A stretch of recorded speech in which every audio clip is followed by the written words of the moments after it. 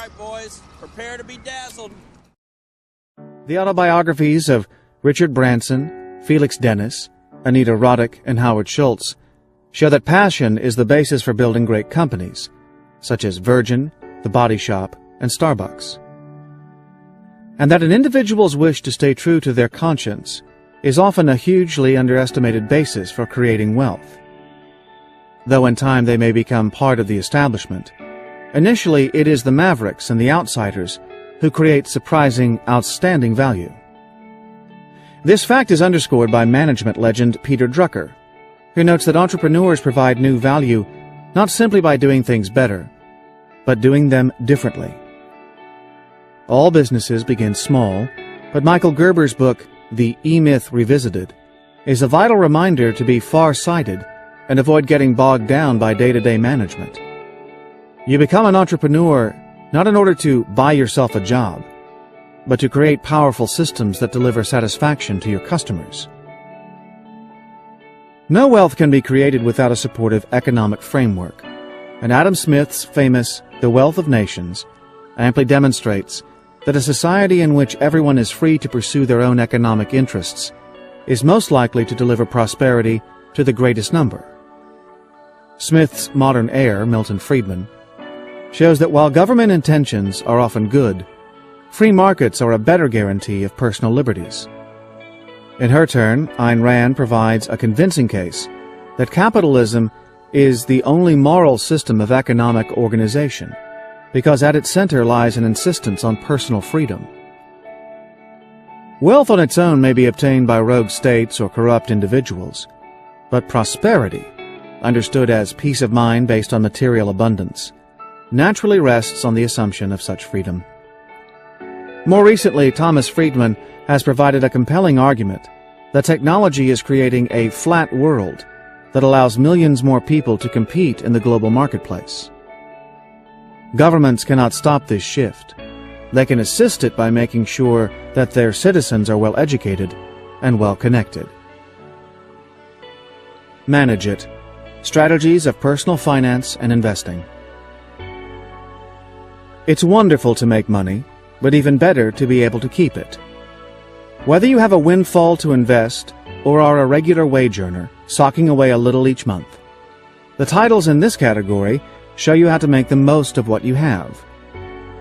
David Bach reveals how the habit of paying yourself first can make a person of modest means into a millionaire, thanks to the power of compound interest over decades. While Stanley and Danko's The Millionaire Next Door provides a remarkable portrait of the quiet wealthy, who get that way by living within their means and investing their savings. What is the best form of investment? Apart from your own business, if you have one, the best returns seem to come from either stocks or real estate. Regarding the stock market, legendary investors Warren Buffett, Benjamin Graham, and Peter Lynch all stress the difference between long-term investing in companies and market speculation for short-term gain. The small investor may be best off putting their money into an index fund that simply buys a piece of every listed company in a market, which ensures that they have a stake in their country's business growth. Prosperity investment can also be a surprisingly easy route to wealth, particularly if the investor takes the long view rather than looking for quick returns.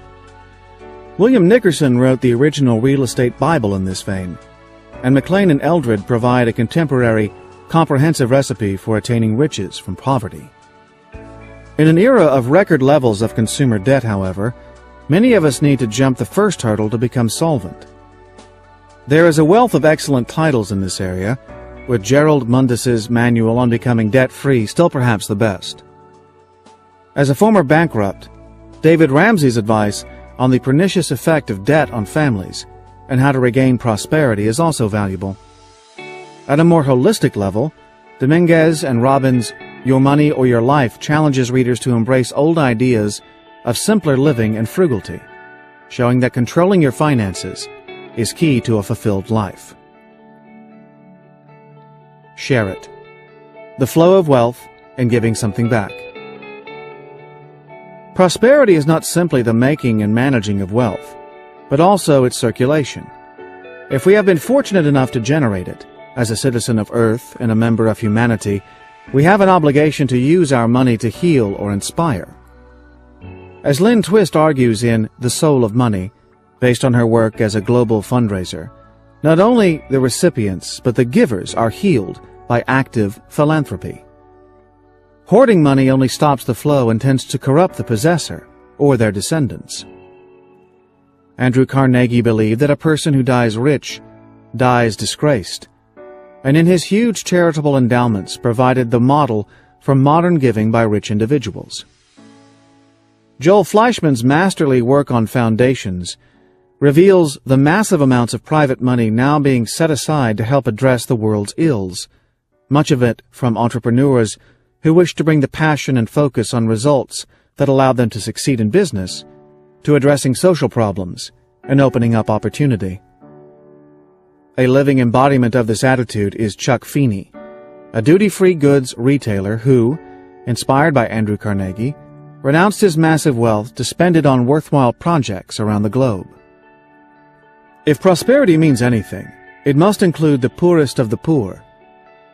Muhammad Yunus won a Nobel Prize for his creation of a bank that provides very small loans to women who dream of becoming economically self-reliant. His fascinating book relates that ultimately it is not charity, but simple things we take for granted, like access to finance and ownership of property, that are the basis of wealth and well-being.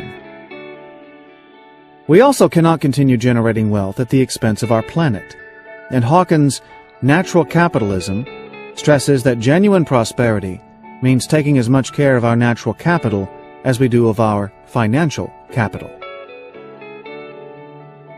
A final word.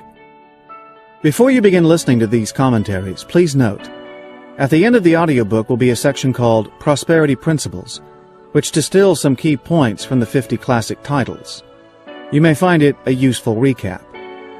Also at the end is a list of 50 more classics, which may provide you with ideas for further reading.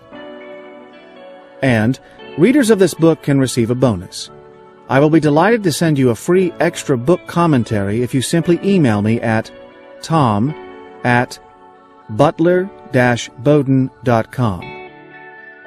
The book in question is a personal favorite that has sold millions of copies and, as long as you keep an open mind, provides a secret means of unlocking your potential and bringing you real prosperity. Some practical points.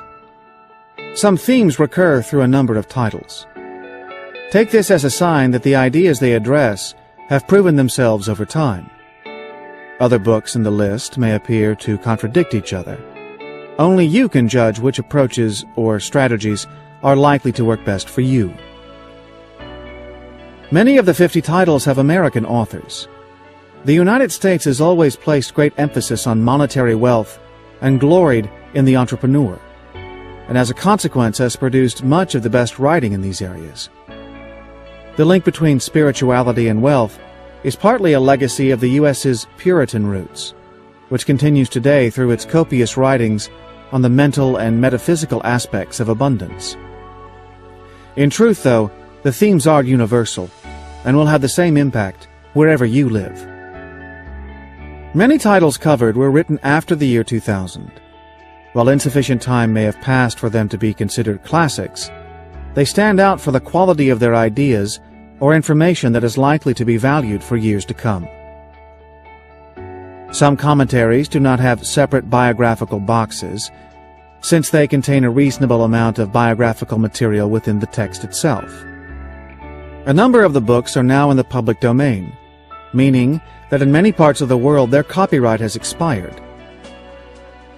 You are also invited to visit www.butler-bowden.com, where you will find further prosperity resources, plus a wealth of free material on the key writings and ideas relating to personal success.